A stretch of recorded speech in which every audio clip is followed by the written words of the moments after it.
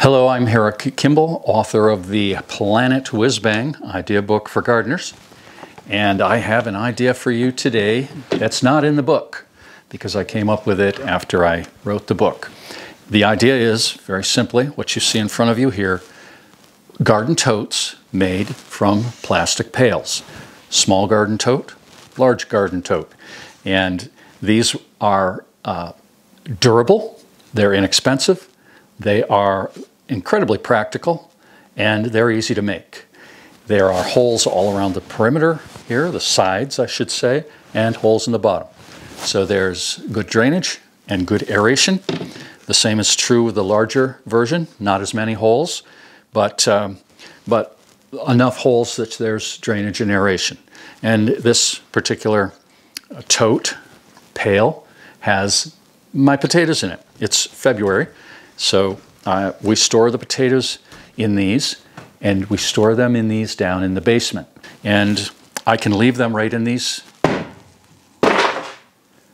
pails, and they can be stacked up. All you got to do is put a couple strips of wood on the floor, set the first one down, put a couple, don't overfill, put a couple of strips on the top, set another pail and another. You can get 3 or 4 high, and they're very stable. Let's get in a little closer here. I'll show you how these are made real quick. Okay, here you can see a closer up view of the small tote and a little bit of the large one. You can see the holes, lots of holes, and these holes do not weaken this bucket to any significant degree. It's very, very durable. Now the holes are made with a drill and a step drill bit. If you've seen one of these, you know what they are. If not, this is a pretty nifty little tool. That's all you need.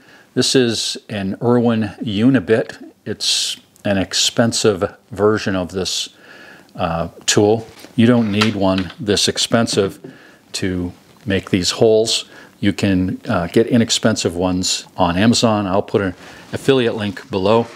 And you just start drilling. I'm not going to show you. I mean, you got the concept. You just put this in your electric drill and zoom, zoom, zoom, and it's fun.